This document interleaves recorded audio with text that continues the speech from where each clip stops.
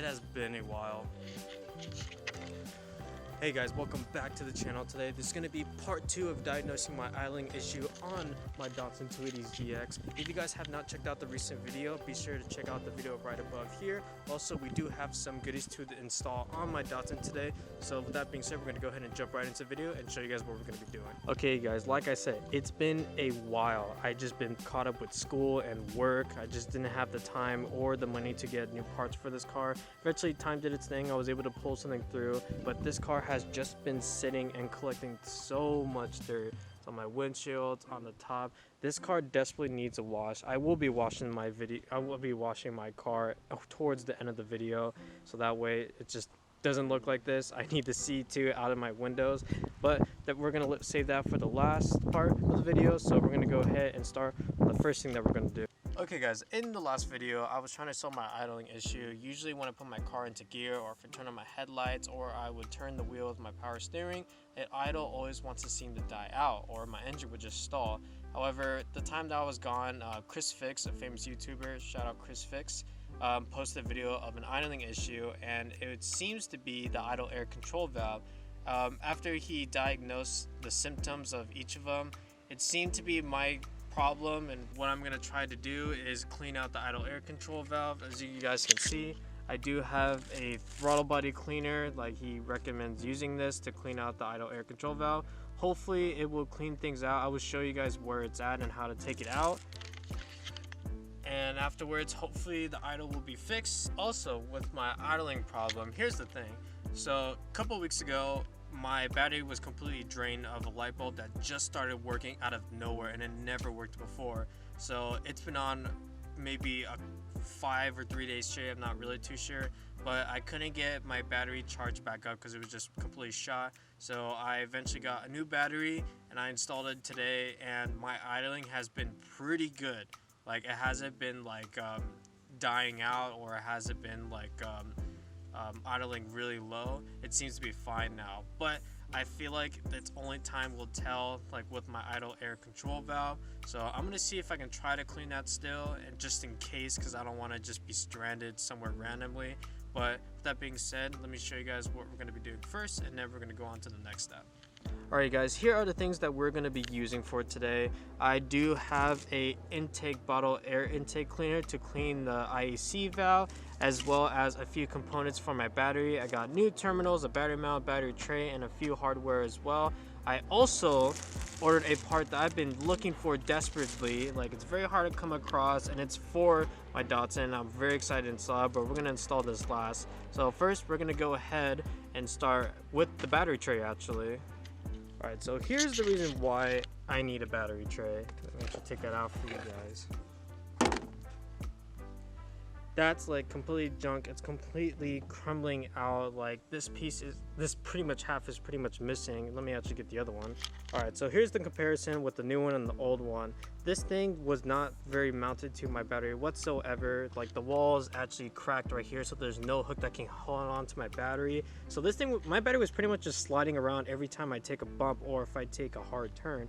Lucky with this one, it has multiple points where I can mount it. It has walls, and the walls are intact to put hooks through, and it looks like I can use some of these holes here to drill out, because I will be mounting this to the chassis. So I'm going to go ahead and see if I need to get anything drilled, and I'll let you guys know, and then we're going to go ahead and install this new battery tray. Okay guys, before we install or drill anything, we definitely need to clean this up, because it's just dirty and it's a little rusty too. So I'm just going to go ahead and just wash it out with some soapy water. Alright, well, that's the best I can clean it. There's not really much of a difference. You can't really tell on camera, but in person it's a little bit cleaner. But I did mark up a few spots where I'm going to drill, so I'm going to go ahead and get this thing drilled.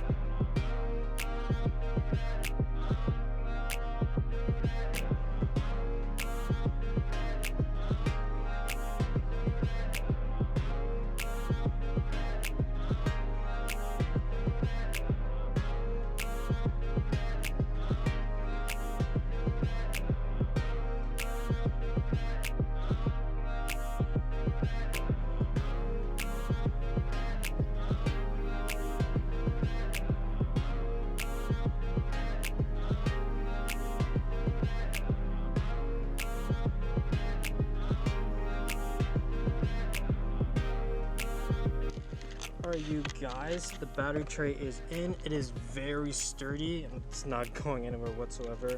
So now we can go ahead. Alright, so now we can go ahead and install back the battery and also install this battery mount kit.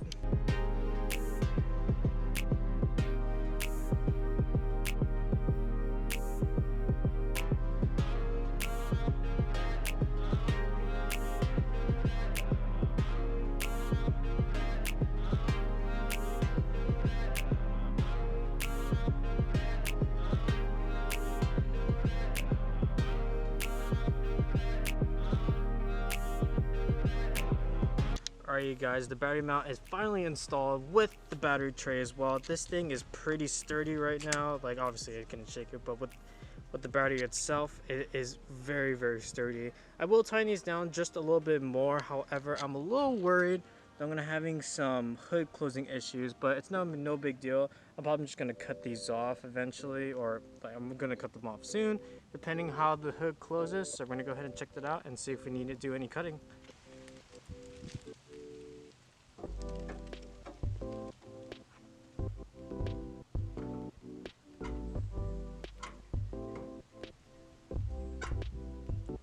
Alright guys, so it looks like I'm going to have a little clearance issue. Luckily I have an angle grinder in the garage, so all I'm going to do is pretty much just probably cut these in half just so it can fit properly, and then we'll be good for the install, and then we can just tighten everything down, and then we can move on to the battery terminals next. So I'm going to pull out the angle grinder and cut those off.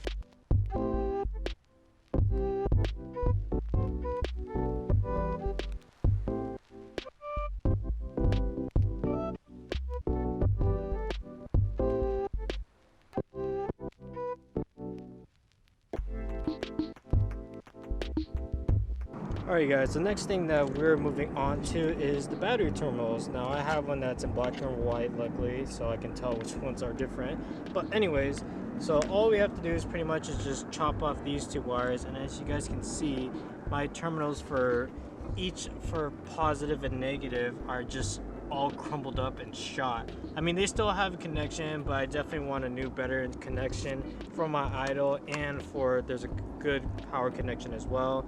So for that being said, we're gonna go ahead and start with the positive cable, just chopping off these two wires and peel off this red skin here, expose some wires, and just sandwich it down with these new ones. So we're gonna go ahead and start chopping them off, and then we're gonna install these guys.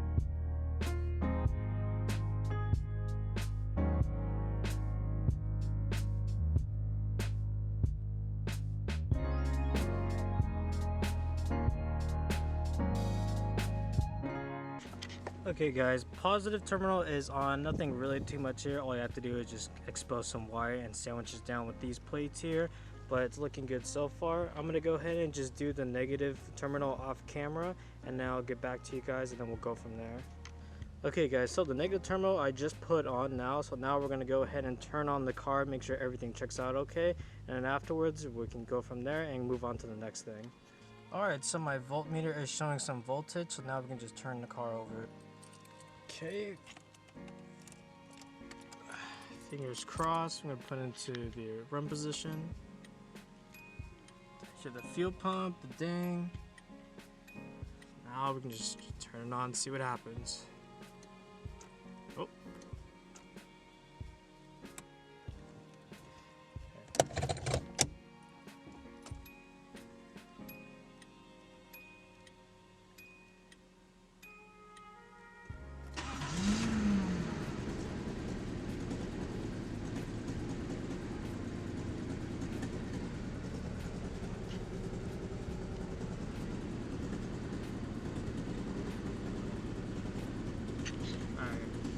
Alright, so it started luckily. However, I'm a little questionable about the idling because it is kind of bouncing pretty rough. So I'm gonna let it run for a bit, and then afterwards let's see if it goes down. Alright, engine revs roughly okay. Like, I'm still gonna mess with the idle control air valve, which is gonna be this component right here. However, I'm gonna take a quick break and grab some grub, and I'll get back to you guys in a second. So I'll see you guys in a bit. Okay guys, we are back. So now we're going to be focusing on the idle air control valve. Hopefully when cleaning it, it solves the idle issue, but at the moment right now, ever since I put in the new battery, the idle has been pretty okay so far, but usually when I press on the gas and go for a drive, that's where the real test counts. But let me go ahead and show you guys where the idle air control valve is going to be located. Alright you guys, so pretty much this whole piece right here, it is hard to see right now. I'll put an image on the screen right here because all these hoses, they're blocking all the way, but pretty much all you have to do is just take out these two hoses, disconnect the wiring harness at the end over here, and there are two Phillips screws on each side, and this thing should pop off, and we'll take a look at it. I'm gonna go ahead and not film this part just because I don't want to mess anything up or like miss a place, so I'll see you guys in a bit when this is out. Okay guys, this is the IEC valve for the Datsun 280ZX. Now it's something very little. It literally just came off of the air intake with these two hoses and 10mm bolts and an electric wire harness. So basically all I have to do next is take my throttle body cleaner and spray the top side and let all of it drain out from the bottom. Now I'm a little worried while doing this because it's a little different from any IAC valve in the new later models. However, I'm gonna let this dry so there's no moisture trap in there. So I'm gonna get rid of all the carbon that's built up in here, and hopefully once I reinstall this, it will fix the idle issue completely. So I'm gonna go ahead and clean this up.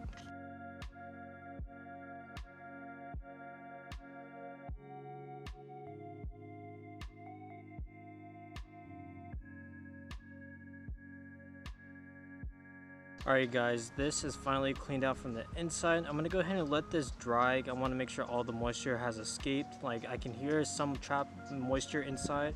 So I'm going to let this sit for like 30 minutes and go from there, and then we can reinstall it and then turn the car back on and see how it runs. Alright guys, now that we're waiting for the IEC valve to dry off, I can show you the part that I've ordered a while back ago and that I've been trying to look for a very long time. This is the rear window latch specifically for the 2x2 Datsun, meaning the two extra seats in the back. They're not up at the moment, but I will have them up eventually. But mine recently broke because of this latch just snapped off. I haven't tried bending this one yet all the way because I feel like it might break. So the point is, I'm going to install this today, and I'm going to put some lubrication to where it grinds the most so that way it doesn't just crack on me again. So now I'm going to go ahead and install it. Oh, focus for you guys really quick. Install one on the driver's side and the passenger side. Okay guys, so it's been 30 minutes for this driving, so now we can go ahead and reinstall this back onto here just like that. Okay guys, sorry for the noise. It is pretty windy right now, so hopefully you guys can hear me. So I did get the idle air control valve on the Datsun, however the hose that connects here and here snapped on me, so I have to make a quick run to AutoZone just to get another hose. I can actually get the hose for you guys. So as you guys can see, it just broke off on the side right here, and I actually lost a latch that goes on the end of this hose, so I have to get a new latch and a new hose, and I think that's about it. And afterwards I can get this hooked on, and then we can go for a test drive and see how everything checks out. So I will see you guys in a second. I will just go to AutoZone really quick and pick up those parts, and I'll see you guys then. Okay guys, we are back from the parts store. I luckily found the right hose shape, and I got some new clamps as well. Now pretty much all I have to do is just cut this down little by little just so I can fit it off the idle air control valve, which is going to be right here, and that valve right over here. So all I have to do is just trim it down, and then we can finally start the car and go for the first test drive. Okay guys, so I finally finished everything up. I'm going to go ahead and start the car and make sure everything checks out, and then once it warms up, I'm going to go on the test drive. Okay, so far the idle is really high. That's completely normal since the car just started up after it's been sitting for a while. So it's pretty much just a cold start. So I'm gonna wait a few minutes till it warms up, see if the idle goes down. If it doesn't go down, I'm gonna see if I can try to mess with the idling control valve or it's like a little screw that I'll show you guys in a second if I need to. But I'm gonna go ahead and let the car move up and then we'll go from there. So far, okay. Like, I did clean the idle air control valve as much as I can. Like, I died out once. But so far, that idling problem that happens like every few seconds, it's like disappearing mostly. So right now, the car is almost pretty much halfway at the temperature mark.